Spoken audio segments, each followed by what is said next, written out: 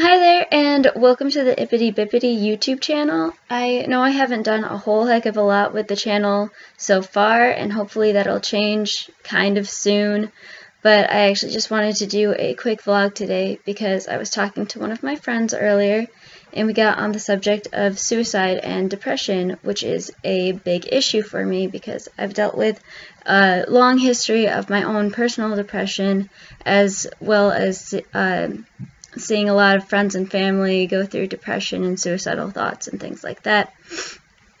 But I have gone through so much and I've gotten a lot better now. I'm not going to talk about my whole personal story because it's a long story and I doubt you really want to hear about it anyways.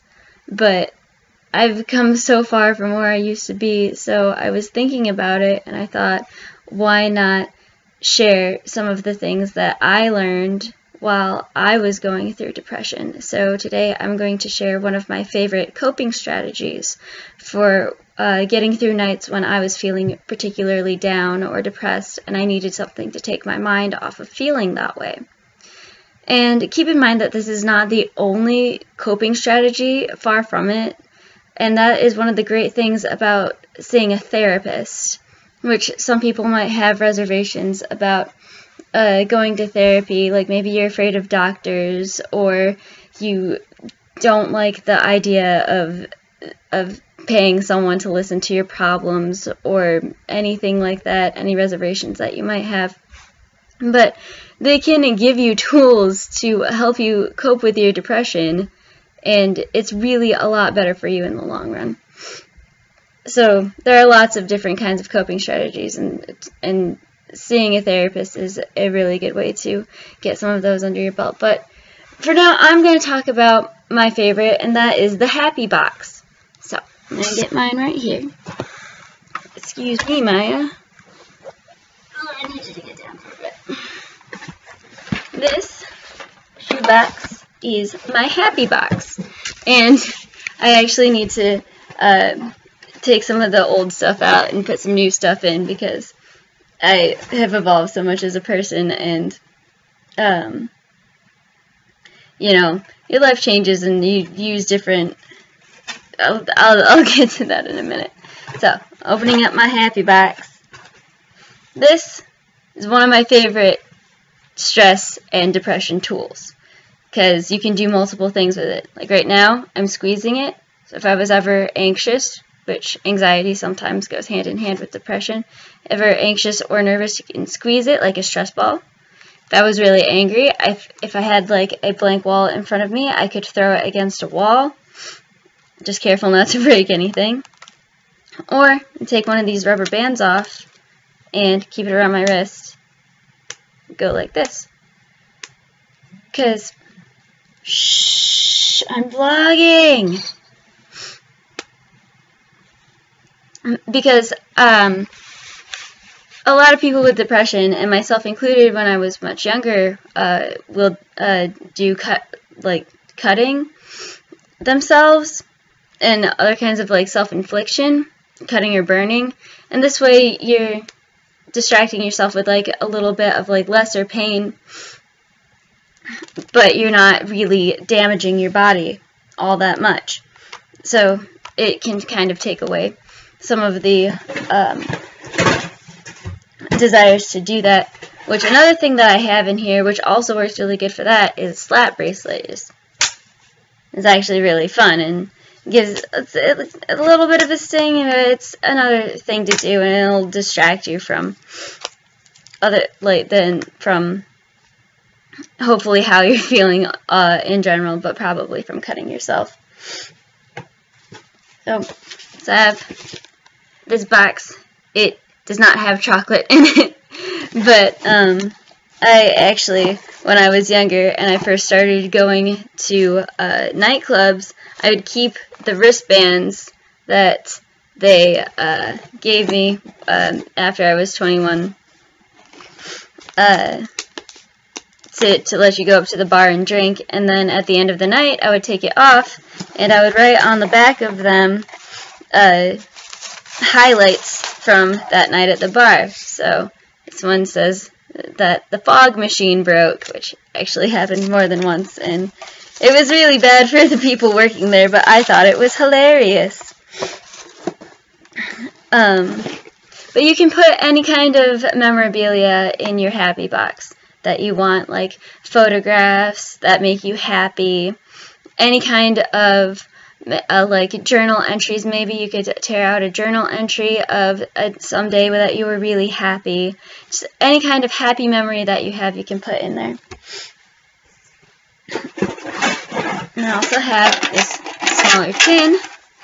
smaller tin, and inside here I have a small matchbook. These are incense matches, so when you light them, they set off a nice smell, which is, it gives you something else to think about.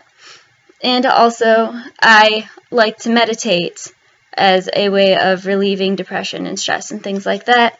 So I also like to meditate while incense is burning, so this is a kind of a quicker way of getting incense and having that smell, and it helps me relax and helps me meditate, and then I can let go of some of the stress that I have. I also have some cute stickers, like Gloomy Bear stickers.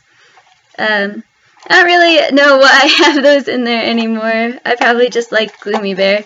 I also hid some terrible photographs of me in here because no one goes through my happy box. I gotta hide the bad photos of me. But you probably shouldn't put bad photos of you in your happy box. Maybe put some good photos in there.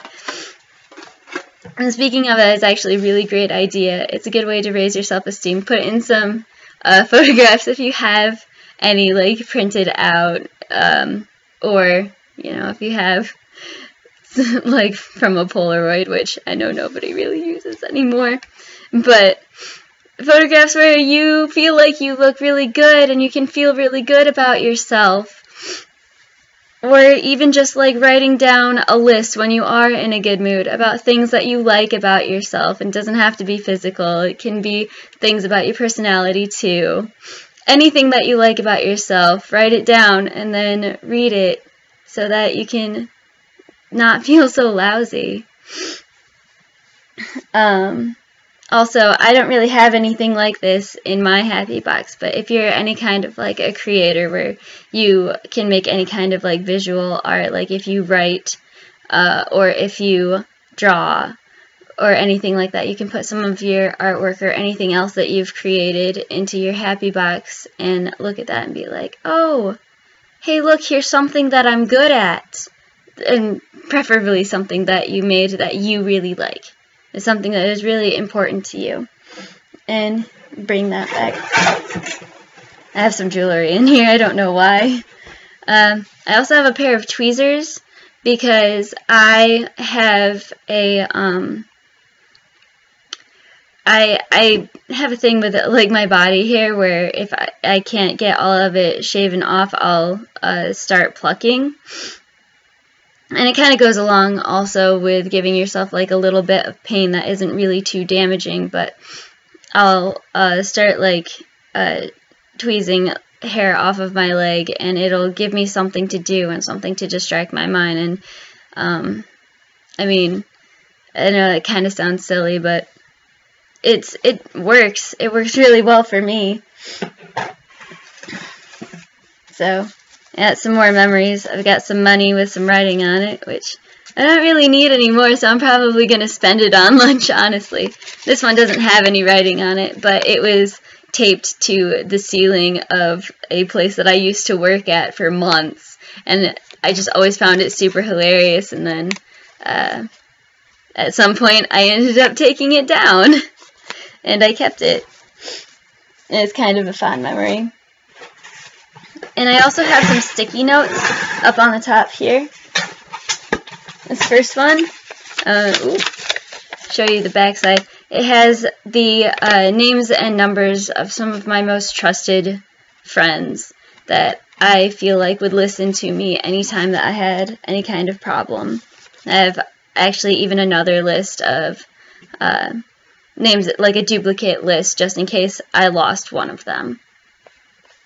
And it was really important for me because there was a time when I lost my cell phone, and having access to the numbers of some people that I trusted would have been really helpful for me in that situation, but I couldn't do it at that time. Yeah, it's kind of awkward to talk about that, but even if you're one of those people who always has your phone next to you, it's still a good thing to write down, because it reminds you of when you are feeling good, the people that you have written down when you're in a better state. You know that these are the people that you trust, because sometimes when you're really alone, and then that's how you feel, you don't know, like you might start to doubt some of the friendships that you have, or you just can't think of anybody who you think would want to help you. But if you write down a list first, then you know that these are the people that you can trust. I have a, this kind of goes along with the art thing a little bit. I wrote down the lyrics to one of the songs that always makes me happy, which you can, you can make a playlist on your phone, or make any kind of musical playlist of songs that make you feel better. I wrote down some other things that help me too. I wrote down ice cream on this sticky note, because ice cream always helps me feel better. And like I said about going to therapy and finding other coping strategies, you can do this, which is write down other ways of coping and put it in your happy box, and it'll remind you to do those things. So that's pretty much it for my happy box. I need to do mine up a little bit more, get out some of the old things. Like, these wristbands are getting really old and kind of gross.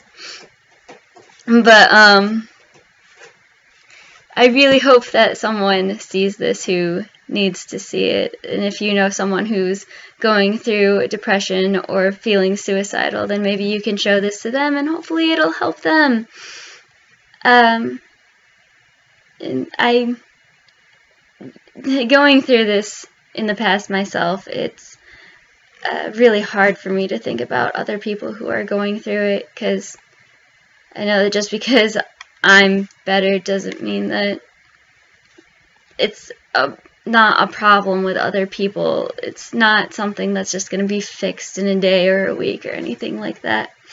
So anything that I can do to help, I really like that. I am thinking about doing a part 2 about medication. If that's something that you would be interested in, go ahead and comment on this video, and if there's anything else that you might have questions about, or if you want to talk about your depression or anything like that, go ahead and comment here too. But just if you're going to comment, please, I know this is a really delicate subject, so please don't be rude. Don't put other people down for being open about how they're feeling. That is all I ask. Just please be nice to each other. Okay, I really hope that someone watches this, and I have to go pack my stuff now because I'm moving. Yay! Alright, and hopefully I'll see you soon. Bye.